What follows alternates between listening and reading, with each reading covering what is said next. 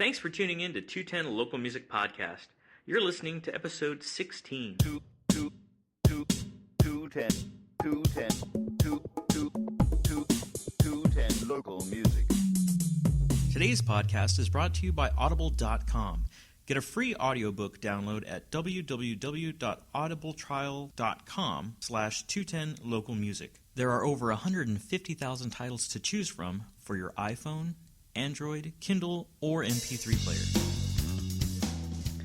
Thanks again for tuning in. This is episode 16. This is the second part of the Slowlikefire interview that I conducted a few weeks ago with the guys over at Jack's Patio for their CD release party.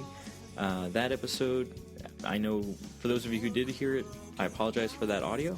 I keep apologizing for my audio, but I assure everybody that I'm doing my best to get a hold of some better gear. With that in mind, though, feel free to check our Audible trial, audibletrial.com/210localmusic, and give us some help there. Doing that will get us $15 in our pocket, which would be awesome to be able to put towards gear. I mean, honestly, 10 people, that's $150. I could get a really great mixer, just to throw it out there. It doesn't cost you guys anything. It is a free trial. You get a free audio download. There's tons of stuff that you can find on there. The great thing about it is that you can cancel without being charged. Now, with that being said, it's a great service. So if you want to keep it running, cool, awesome. I'm glad I could help connect you with something that you would use. If you don't want to keep it running, feel free, cancel at any time. It's no big deal. We'll still get our 15. So I would appreciate some help there, so that way we can make sure that we get some more good quality to you. Maybe get another couple of mics, some better mics. I do have a condenser mic now, and that's helping out quite a bit. I'm speaking through it right now, and I'm just pushing to try to get things moving and try to get some funding for the podcast.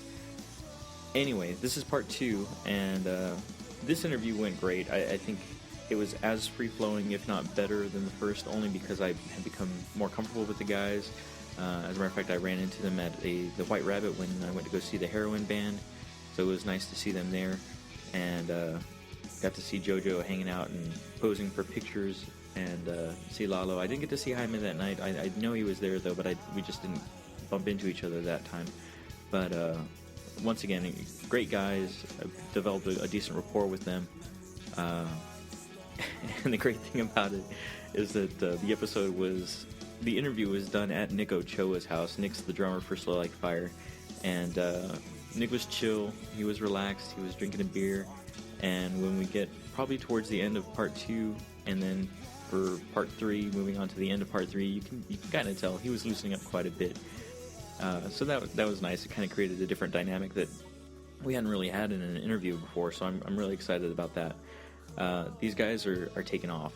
These guys are doing great. They recently had a show at the Falls that I heard was amazing. Unfortunately, I didn't get to make it. Once again, running into that problem of not being able to clone myself for my family and for all the shows that I want to go to. So I'm sorry I missed it, guys, but I'll definitely catch you again soon. I know we're talking about getting some stuff in the works, so we'll see. As soon as I get more information, I'll let everybody know what we've got cooking. In the meantime, though, I don't want to be really long-winded with this, so I just want to quickly say, check out part 2, check out part 3. We've got some great stuff coming for you. This past weekend was MonsterCon, which was also Monsters of Music Festival, and I got some audio from that. Just got to be completely honest and say a lot of it I couldn't end up using, only because quite a few bands were doing covers, which made it a little tough. And the bands that I did get to get some audio from that didn't do covers, that's when it started to rain, and it came down like crazy. So we were driven back inside into the con. Overall, there was a bunch of bands that missed out on being heard because of the rain. Once we got settled down, Xander Ash from Socio Band, who was setting up the Monsters of Music Festival, got with the mall and MonsterCon to see about having some bands do their music inside in the small stage. And this is at Crossroads Mall. I think it's now called Wonderland Mall of the Americas, which, for those of you who are old enough to remember, was actually what it was originally called. So everything's retro, right? Bring everything back.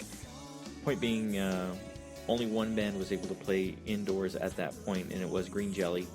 And Terra Ferna ended up speaking with the MonsterCon people, so a huge shout out to them for letting it happen. Matt went and talked to the woman who was running everything and said, hey, you know, we're a different type of band than Green Jelly. We're not that loud. We're not that crazy. It's not punk music. It's a little bit more palatable. It'll probably draw a better crowd, and it probably will not interfere as much sound-wise as Green Jelly did. And I got to be honest, some of the vendors that were there were a little unhappy about Green Jelly playing. It was very loud. Terra Ferna came in. They brought their own sound guy. Huge shout out to him. And I didn't get a card from him, and I've got to talk to Matt from Terra Ferna to see if I could find out some more information. But that guy knew what he was doing. And I know he's worked with Terra Ferna before, so a lot of that comes from the fact that he knows how they're supposed to sound. But I just wanted to say how awesome of an episode that was. You'll be getting some of the highlights from that after Slowlikefire Part 3. So in 2 weeks from now, I'll be throwing together something for that, as well as, you know, just having a different type of an episode. We'll have some music played there as well, and maybe a little bit more conversation going on. Point being, anyway, so without further ado, I do bring you Slowlikefire Part 2, Episode 16. Thanks for listening, y'all. Hello, this is Lalo from Slowlikefire, and you're listening to 210 Local Music Podcast.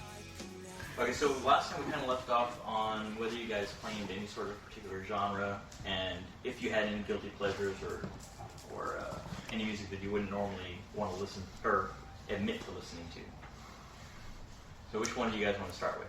Because I think we were kind of in the middle of that one. I think kind of you said that you pretty much listen to everything. Actually, Lalo, I think you said the same thing. Yeah, I said that, yeah. I do listen to everything, but I'm pretty sure there's a couple of bands that I listen to, or artists that you would be like, what? So, I think I mentioned this before. I got into Grimes recently. Yes. And she's pretty cool. I just heard a band called Div the other day, which is kind of really different, dancey rock, more kind of ambient, but yet real poppy stuff. Like I said, pretty much like everything, but that's what I've heard lately that I kind of got into. I mean, I've only heard a couple of songs here and there, but I've been really getting into that. Do you get any inspiration from it at all, or is it just... No, it's just enjoyment. I mean, I'm sure everything ends up there somehow inspiring me. But I don't think I've ever written anything where I'm like, I took it straight from that. So, I don't know. Maybe. And, you know, I probably said this before also, but a lot of the stuff I listen to isn't very common, or, you know, it's not something you can, you know, turn on the radio and hear it. Yeah. But I listen to, especially in college, high school, listen to a lot of electronica, you know, like Square Pusher, Aphex Twin, Okay. you know, those guys. And yeah, I did get a lot of influence from them as far as, like, you know, playing off time, a lot of, you know, just weird beats. The weirder the beat and the less lyrics in the song, I fall in love with it. You know? Yeah, and more as far as guilty pleasures, I'm gonna say Michael Jackson, James Brown, Prince, and again, it's all groove. I wouldn't feel guilty for any of that. I mean, those guys are foundational. Yeah. You know, especially Prince. I mean, that guy plays every instrument in the book, and he makes his own instruments. Yeah, for sure. Oh, I'm sorry, the artist formerly known as whatever. Yes. Yeah. Is that... No, he's back to Prince. Oh, he is? Yeah. Oh, okay. It's been a while. It's been Yeah, I was gonna say. Yeah. If he won the legal battle, he had to fight. Yeah, I mean, as far as, like, you know, rhythm complexity is what I really look for. You know, I mean, I'm pretty sure I have some form of ADD if it's too straight ahead, or, you know, I lose interest and I'm done with it. But it's been, you know, bands like that have really, you know, that keep me listening, and I try and apply that to, you know, even simple grooves that I play. I try and make them complex as possible. Do you try to play along with what they're doing to challenge yourself, or do you? Oh man, I've tried that before, especially with some of the, you know, recent Mars Volta tunes. Nice. Not the easiest thing to do in the world, but it's fun to try. Yeah. Yeah. I would love to see anybody out there, like, take, you know, a track of Mars Volta and play it, you know, lick for lick. Yeah, like on Extreme on Rock Band or something. Yeah. If they were, I would be impressed. Yeah. Yeah. You know, as far as offbeats, the closest to offbeat that I can play on the drums in any way, shape, or form is probably, March of the Pigs. I think that's, and it's not even as crazy as some of the stuff you're talking about. I mean, I can probably try and tap that out. I don't know if the mics will pick it up. I'm saying.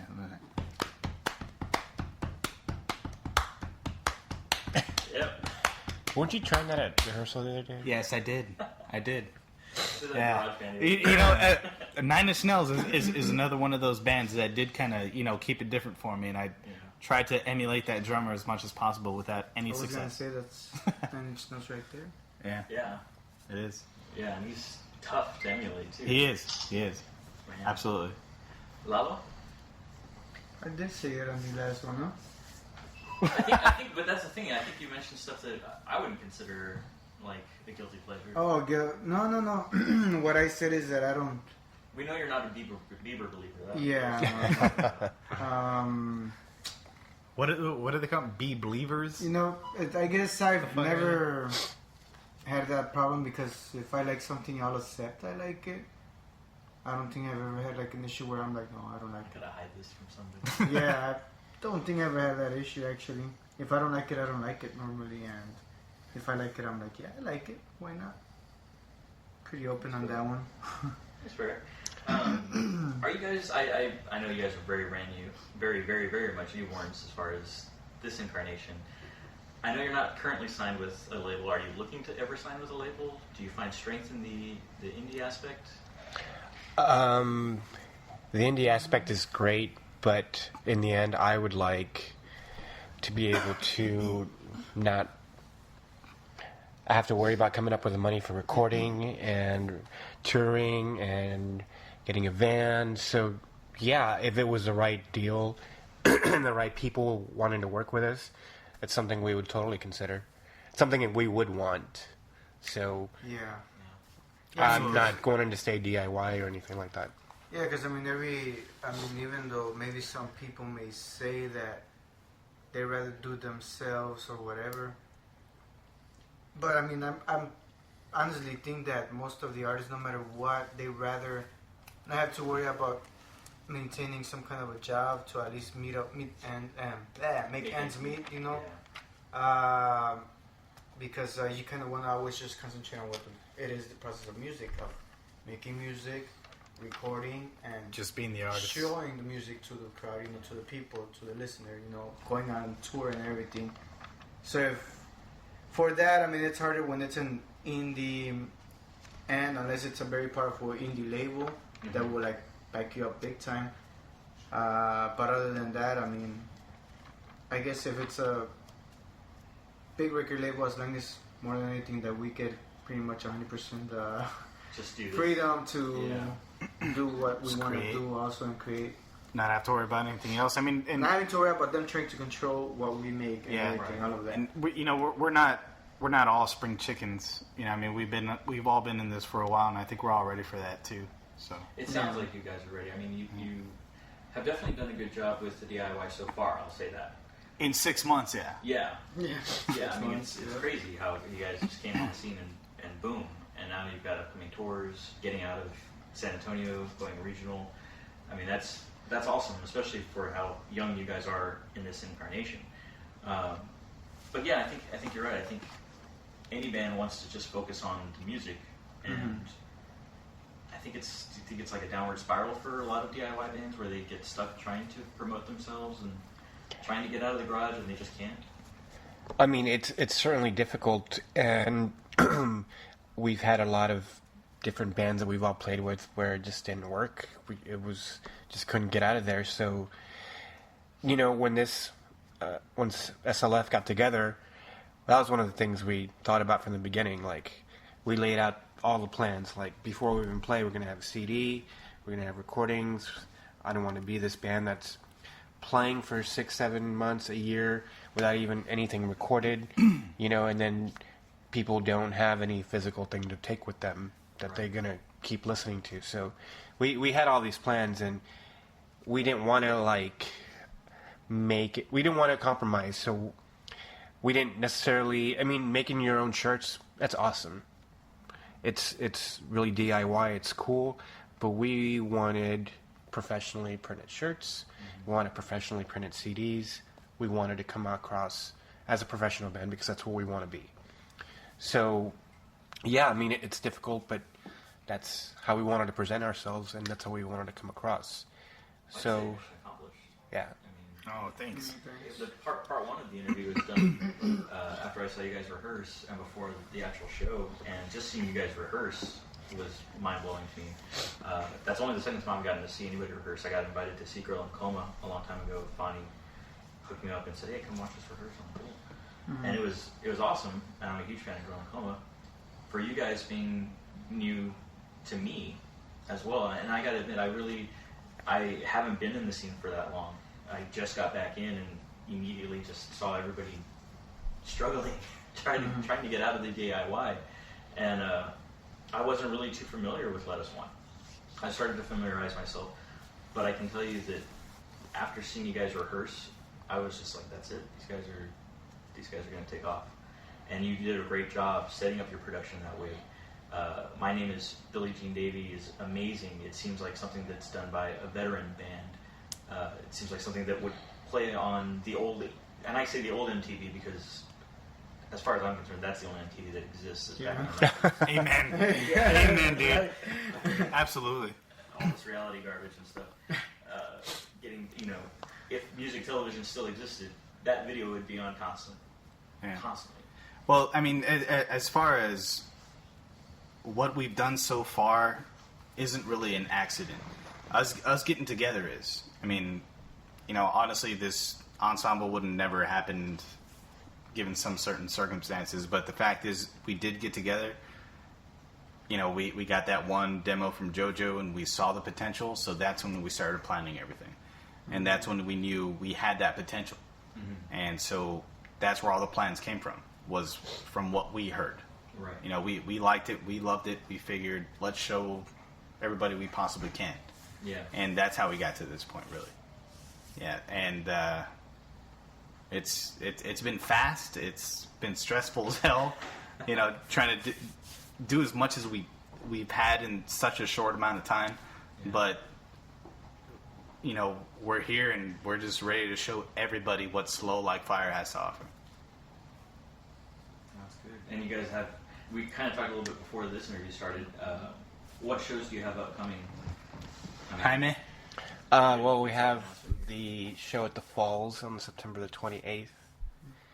And then after that, we are going to be opening up for Glassjaw on October 16th, which we're very excited about. That I saw them announce that Glassjaw was coming, and I was just like, yay, because that's one of my favorite bands. And I see them every time I can when they come. So the fact that they asked us to open up for them, I'm just like beyond thankful. Like, that's just going to be an amazing show. I'll probably be throwing up for days right before it because I'm so nervous about it. I'll hold your hair back, man. Thank you. So how did that come about? They sought you out. I mean, did they find you on Reverb Nation or because of your social media, or did they say how they came across you guys? Twin Productions, from what I have heard, when they have an opening slot available for a local band, they take a look to see what fits. And apparently before they even tell you, they already get people in mind and start submitting them. The band management usually has to approve it. So apparently that's the way that happened, and then they let us know that we got put on the show, and we were like, wow. And it was really funny because JoJo texted me that same day that they announced it, and he's like, oh, Glassjaw's coming. I wish we could get on that show. And then I had not told anybody that we were going to be submitted, and I was so nervous about it. What else are you hiding? I was afraid that I would jinx it. So when he told me that, I'm like, okay, I can't hold this back anymore. Like, we're being considered to open up the show, and everybody's like, what? That's awesome. Yeah. So, and then a couple of days later, we got the message that we were, had been approved. So very excited about that. And then we have some shows coming up. I don't even have the list right now. I can't remember. November 1st, we're playing Houston. November 8th, we're playing McAllen, Texas, or Mission, Texas, at Smoking Aces. San Angelo. San Angelo is on October the 18th. And then on October 19th, we're playing Indie Fest here in San Antonio, which is... they do that at Broadway 50/50. It's like a whole day festival from like 2 in the afternoon to 12 to 2 in the morning. It's got a lot of really great bands from the city that are going to be playing. So we're pretty excited about that too. Very busy. Yeah. We're trying to play as much as we can out of town. We're being really, we pick a show that we want to do in San Antonio a month, and we want to make sure that's foster the local scene as well. right. That's Yeah. it. I mean, that really is, what we've all played for up until now. It's a local scene, but I mean, we love San Antonio. We love the crowd that it brings, and that's going to be our number one, of course. Right. But yeah, I mean, we still want everybody to know about Slowlikefire. Yeah, absolutely. The more you get seen everywhere, the better chance you have to get out. And I don't mean get out like some people do, but to be able to get seen and get a deal, get support. So I think it's very important. How has the reaction been to My Name's Billie Jean Davy specifically? I know that came on like gangbusters real quick. Wow, when that song first showed up, we actually put out a teaser video that we kind of created this whole concept, made it like if it was a disease spreading on people, and I don't know if you ever saw that Yes, teaser, absolutely. and it That's had what first got me. Slowlikefire on their bodies, and it was funny because we sat here and we brainstormed the whole thing and came up with that, and we made it happen in like one afternoon where we recorded it, and it was cool because we didn't want to feature the band, we wanted to feature a snippet of the song, and the people that saw that were really like, wow, who's this? I really like this. And it was, how long did we keep us a secret? It was it was the hardest maybe 3 or 4 months ever. Well, We're going since February. March. Yeah. We I would didn't say. come out till when? July? Well, whenever that. March. Yeah. May, June. Like 5 months. That's a long And time. It was hard. It was really hard. For a lot of days. Yeah, I, as soon as we got Billie Jean Davy done, it's like I wanted to show everybody. Oh yeah. It was really hard to keep it a secret. But it wasn't until we actually made that one video where it took off. And there was different things we wanted to do at first. But we wanted to come out and say who, show that who was in the band. And we're trying to figure out the best way to do it. And then a picture, or I was like, well, I'd like to do it really big. Let's make a video for Billie Jean Davy, like a real video, and I know we don't have a lot of time to do it, so let's do it just completely live. So we're going to go up to Austin to rehearse anyway. Let's just cut it there. Yeah. So we went, I had my sister come up, and she filmed the whole video. I think that took 2 hours.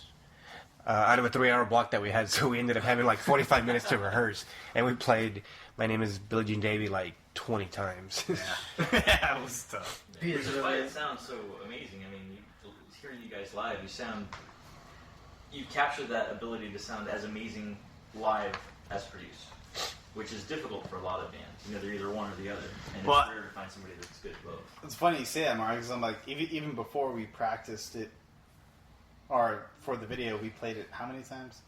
86 billion. Before that, we were playing that particular arrangement without a singer. Oh wow! Yeah, we had no idea who was going to sing over this or So it was whatever. already done, it was already- Lyrics weren't even a twinkle in our eyes. It was just instrumental. It was just arrangement. Yeah, we had that song before JoJo came in. So yeah, we were kind of talking about the song construction before. Does it start with guitars? And I know we said Lala would come in and... Not necessarily. It really depends on who brings in the idea. My Name is Billie Jean Davy, I brought in As a chord progression. a chord progression with the lick, dun dun dun dun. I had I had that, and Lalo and Nick was late to practice, so I showed it to Lalo, and he's like, "Oh, that's cool." And then we worked it out, because all I had was a chorus, and then we worked out the verse, and then I'm not sure we worked out the bridge at the time, but then Nick showed up, and 10 minutes later we had pretty much the song as it is right now. It was that fast. The intro changed a little bit, because originally it started off with that lick, but then we didn't think it was punchy enough, so then we decided to kick it off with the way it is right now. It went through some changes, especially and then we made that change the day before we recorded it, where we decided to throw in the hand claps, because it was an idea that I heard. Yeah, and now it's like everybody's favorite part of the song. Yeah. Well, mine anyway. Well, it gets everybody involved too. Right. Mm-hmm. Even the original, the current first, the main beginning we have on that song, that was Taken by Aaron. No, we totally mess around with this effects. Oh, with that whole part of it. Weird song. We knew that there needed to be something else, and I couldn't really explain to him how I wanted it. But Aaron's really good at taking whatever you say to him, no matter how vague it is, and making it happen.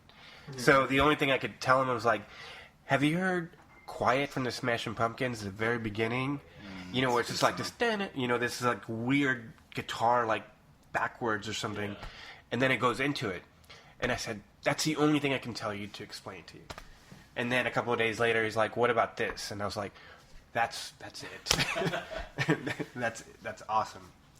So yeah, he really helped out a lot in the production of how it sounded. So later on came the lyrics.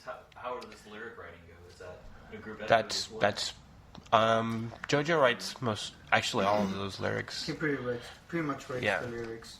He'll send us the lyrics later on. Usually what happens is we record what we're doing at practice.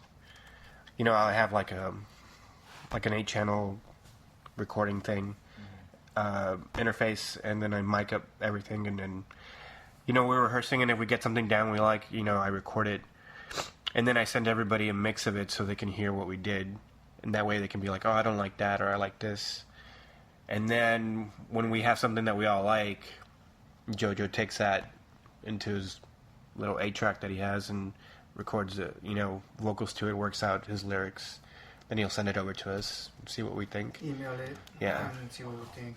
Yeah. You know what the badass thing is though? Is like we'll come up with the most insane ideas during rehearsal. We'll throw some tape on them. Maybe it'll fly, it won't.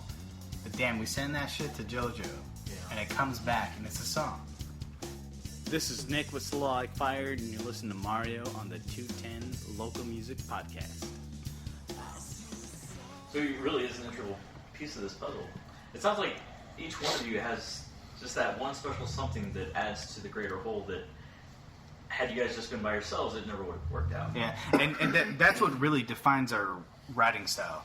Jaime can come up with a lick, chord progression, whatever the case, we can write a song around it. Lalo will come in with the bass line, write a song around it. David is always sending us stuff. We'll write a song around it. JoJo will have a little lyrical phrase, write a song around it. I think the only one that never actually really starts shit... Well, no, actually, yeah, maybe sometimes when I mess around with electronic stuff, we can get a song around it. But, I mean, that's what's really beautiful. We're not really dependent on one person to start an idea and finish an idea. Right. Everybody's open for them. We'll tackle it all together. We all bring a piece of the puzzle together, and it's just so easy to be in a band that way. Yeah. Well, it sounds like you all, kind of how what we talked about before, the Monzon Brothers sound, is not just indicative of you guys now. It seems like just that general idea is now there's of the band. I mean, the Monzon Brothers sound, it does have it gives our sound a distinctive part of it, but I think also the rhythm section also has a lot to do with it too. Yeah, it seems okay. Because it's like, I'm glad you brought up rhythm section, Lalo, because I've never played with the bass player that I'm so fucking comfortable with, other than this guy right here. It just works. It does. It makes my job so much fucking easier. It does. Because sometimes, I mean, I'll have an idea, and then maybe it's just Nick there, and I'm like, okay, try this. So I'm like, okay, I'll start playing the bass line.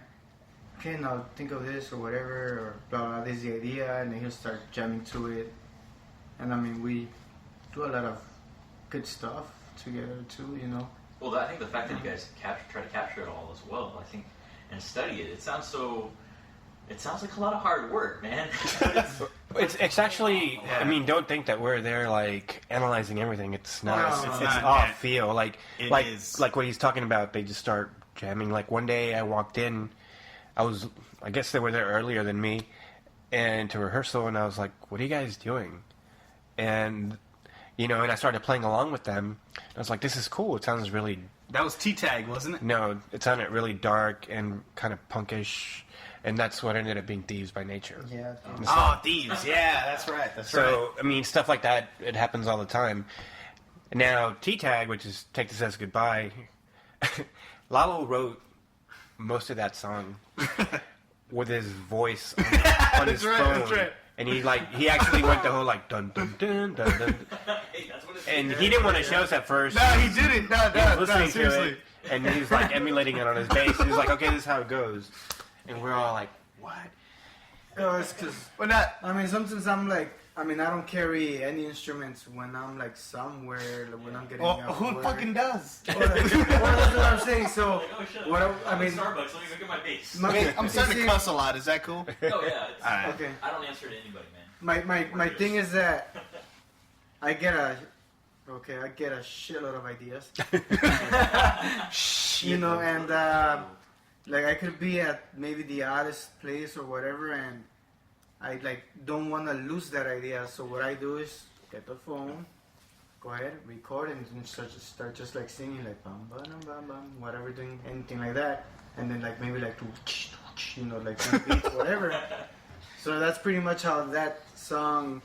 I mean, I just had like this whole song here in my head, and I was like, damn, it sounds pretty badass. I wanna, keep the idea. I don't want to forget it. So Yeah. I just started doing that, And it worked out. Yeah, and it was at my place, The funny like- thing was, though, you're not telling them the funny thing. What's the Is funny- that he didn't let us know where the idea came from for a while. That we were rehearsing the song, we were just, he was going off notes on his bass. Yeah. And he was like, well, where's the idea from? And for the longest time, he didn't let us hear it. Then he let this guy hear it, and finally he let me hear it. And it's just his fucking voice on the goddamn phone. Man. Hilarious. You had to be there. Yeah. Will I get to hear this? No, actually, no, because I don't have that phone anymore. It's gone. Oh. Damn. But yeah, it was very interesting the way that happened, and that song just kind of ended up taking on a life of its own. It became even bigger after we all started putting stuff into it, and then the vocal melody just took it even a different level. That's one of my favorite songs still to play. At this Yes. point, Yeah, for sure. Such a good song. It's funny. I was listening to the first podcast, and I sounded like such a fanboy right off the bat when I was like, "Your music sounds like something I've not heard before, but felt before." And it's as I heard myself, I'm like, "God, that sounds really gay."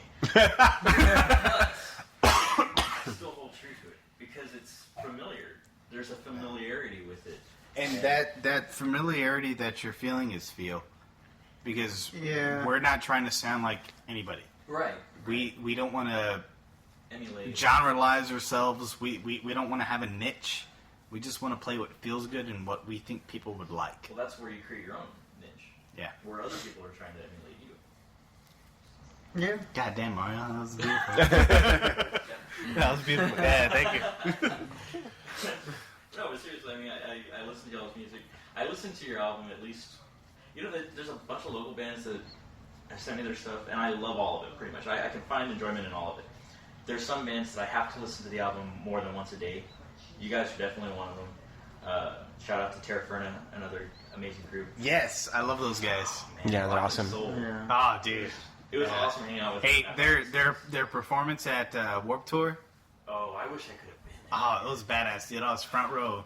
Yeah, it was good. It was good. I've only gotten to see Matt Charles, Anthony Washington, all those they're badass. Yeah, they are. Those guys are badass. They're really cool. And Brandon, another shout out to Brandon, just celebrated his 21st birthday.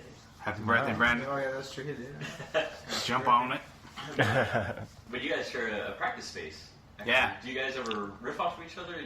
Does everybody just go to their own room and? Yeah, we just go to our own room. Actually, if we hear anybody and it's fucking our shit up, we get a little testy. But yeah, no.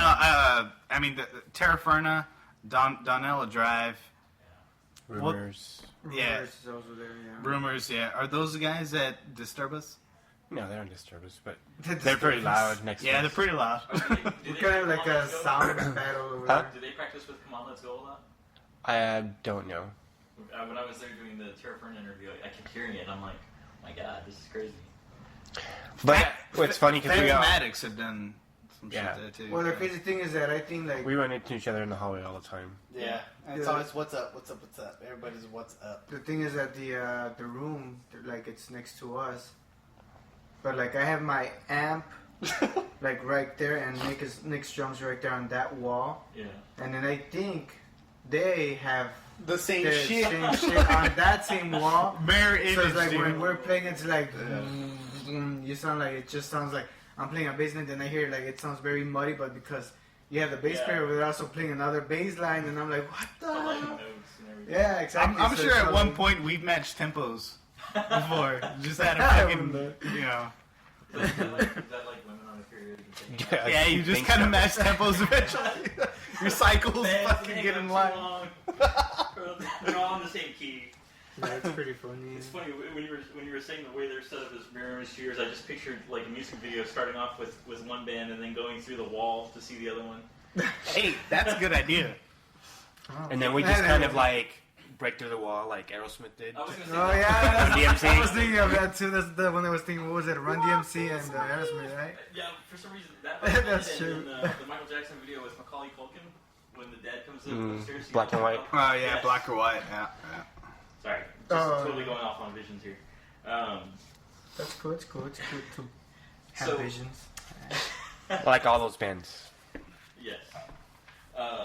Yeah, I listen to y'all stuff a lot. I just gotta say, every time I hear it, I find something new to appreciate in it. It's just so diverse. There's just so much.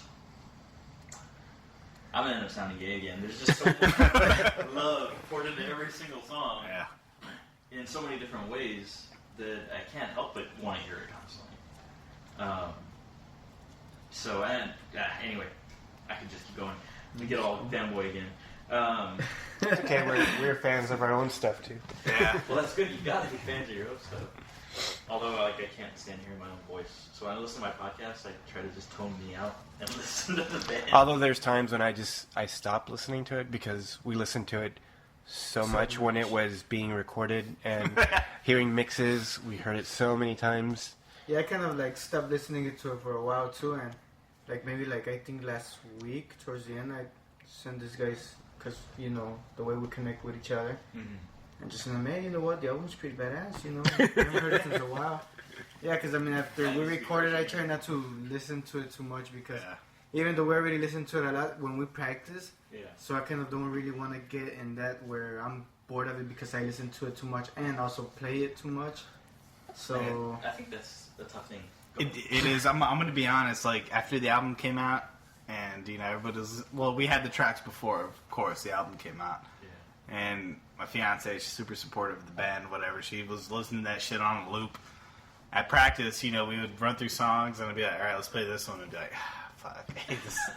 I want to play this right now." I've just listened to it like 8 times this week. But yeah, I mean, it's cool though. You know, getting tired of your own shit. Just the fact you have shit out there to get tired of. Yeah, that's true. Yeah. And then you gotta think about these bands that are like, oh, well, we have 300 songs in our catalog, and how much do they really remember everything? Right. Like, Nah, I think Slash even got to the point where he would just be like playing guitar and he'd just mess up and he'd be like, whatever, I don't care. well, that's usually like a lot of those touring bands. I mean, they don't have a normal practice. I guess like local or like you know indie bands, whatever have. They don't stay fresh like that. I mean, because I mean, usually it's like they all like have this much time and they're like composing and recording, and they're not even practicing the other songs. But before they usually go on tour, that's when they start like freshening up and things, and then they start seeing like, okay, which songs do we pick? A lot of bands do that, like, okay, this is gonna be our set list, so they start practicing it so that way they have it on the tour, and that's why usually they'll play the same songs throughout the whole tour, you know, or the same lineup, and maybe they'll change some here and there or add a song that they didn't play before, but it was just practice or a encore or whatever it may be. It's kind of like what we did. We didn't. All we were doing is writing and writing and playing those songs, perfecting them, and then when it came time to play, we had to get out of the writing mode and get into the performing mode. And it wasn't the same. It's not the same thing. Right. Yeah, it's different. Like you're writing and then you're not worried about performing them correctly, and now it's like, wow, we made all these changes. Now I got to know how to play it. So you find yourself having to relearn all this stuff over and over again. Oh shit, yeah. I mean, well, even with the older stuff, you know, I always try and find something new that I can add to it. You know, it's just a little different crash here, a little different feel there. yeah, we don't like that. Yeah, well, yeah, I hate it. Every time I do something new, they all look at me like I fucked up. I was like, I just did something new. But yeah, no, it's that's where it's hard for a drummer. Well, because we look for Yeah. cues. Guitar players can Yeah, do that. 'cause exactly. I mean, why didn't you set up my lick? Well, it's because I was trying something new. Nah, but I mean, it's like, no matter how many times I played a song with this particular ensemble, it's just something different all the time. And just the fact that we don't feel like we have to play it, or, you know, we played it so many times already, why are we doing it again? It still feels like the first time we've ever played that song. Because nobody told us, Lalo, you play your part this way, I play my part this way, Jaime, you have to play this, David, you have to play that, Jojo, you have to sound exactly like this. When we wrote the song, we all put our own flavor into it. And that's why I love playing this music. No matter how many times we have to rehearse a week, back-to-back gigs, whatever, I don't care. I'm down every time. I mean, Right. we do collaborate a lot with each other, so we do bounce a lot of ideas around. But at the end, it's like, okay, Jaime, try this guitar, something like, you know, like this, whatever. And he'll start messing around with it, and then he'll start like, okay, you know what? Then he starts finding something cool about it, and he starts like adding his twist to it, and then bam, there you go. He has a... Try to do opposite of what he tells me. Yeah, that's another thing that I love so much is like, I mean, I've seen, you know, just playing like in the orchestral world, the shit, I've seen a lot of musicians lose their fucking cool if somebody tells them to play something like this. Yeah. But in this, in Slowlikefire, I'm going to say all together, because you can tell Jojo, we don't like the way this sounds, try it this way. He's up for it, he's down. Jaime the same way, this look sucks, try this. Lalo, same way, hey, try this. You've never told me that. Well, not in those words. Yeah, But I mean, we're all open to suggestion. Is that when you say that sounds too much like cock rock? Yeah. Oh, yeah. Normally, when you see my face cringe like this, I wish you guys can see this. That's when I'm thinking it sounds like too much like cock rock. But yeah, I mean, we're all open to suggestion, and it just makes our lives like 100% easier. Yeah. And sometimes when we're writing, we're doing a song and we like have it a certain way. Like, when was it? Like the other day, I came up with an idea of like a song, whatever. And they're like, hey, you know what? Something doesn't sound right. Like, it needs something. So it's like I start messing around with it. Next thing you know, a whole new song comes out. Yeah. Actually, the song "The Sex" Yeah. from our first EP, that's the way it came out. I was actually had that idea for, I forgot what song. I was trying to add it into, I forgot which other song it was. Song that we haven't finished yet. Oh yeah, Because we can't seem to figure we it out. haven't finished it. And next thing you know, it's like Jojo's like, that sounds cool. We should turn it into a song. Yeah. And I was like, kind of like, on that shit, the intro piece that we did for the Cedar release party Oh yeah. is now a song. Oh, really? Yeah. Yeah. Is that the one that you had the recorder going on? Yeah. Yeah. Okay. Yeah. It started off as a backing track, but now it's an entirely different song. Yeah, true. So it's like, I don't know, we just like bounce ideas, and next thing you know, like we do, then we undo and try to change it around because maybe the way it's coming out already, it's not that good, but then something different comes out, and then we might revisit it again, and then we might try to do something with it, but then maybe another idea comes out again. I mean, Definitely. I mean, there's pretty some much fitting the process of organic, coming organic out with growth. music, you know. there's still ideas that we have on the back burner that just from some of the first ideas we came up with that were supposed to be part of all this that just kind of got pushed back because we didn't feel they were done or another idea took on a faster life of its own. But I mean, they're still there. We're still like hoping to work with them. As a matter of fact, one of the ones that we had that we really liked, but it just never happened. One of the main riffs in that, a bass riff in the song, actually just made it into a new song, completely new song, and it became like the verse of it. It just fit in there perfectly. So, I mean, luckily we still have things like a little bit of a back catalog for us to go back and work on. But yeah, some of these new songs, very excited about it. They're different, but I'm starting to hear that we have a sound. I'm starting to see that with all these songs. Like, there's something. They're all different, but I'm hearing a signature there. Yeah. And that makes me really happy. Thanks again for tuning in, guys. Slowlikefire is our featured artist for the episode as well. This is their song that you heard probably throughout the breaks and everything at the very beginning in Vacio. If you like it, give them a shout out. They're at slowlikefire.com. That's their Twitter handle. That's their Facebook. Lalo plays bass, Nick plays drums, and Jaime plays guitar. Drop them a line, let them know that you heard the episode, and let them know what you think. If you have questions for them, let us know, let them know.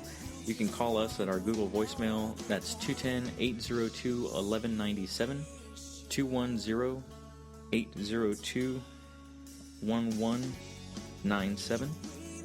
Give us a shout out, give us a call. Let us know if you have any questions or if you want to make any requests or anything. Thanks again for listening. Next week we've got Slowlikefire Part 3, and that's going to be episode 17. Thanks again for listening. Hi, this is Jaime Monzon from Slowlikefire, and you're listening to 210 Local Music Podcast.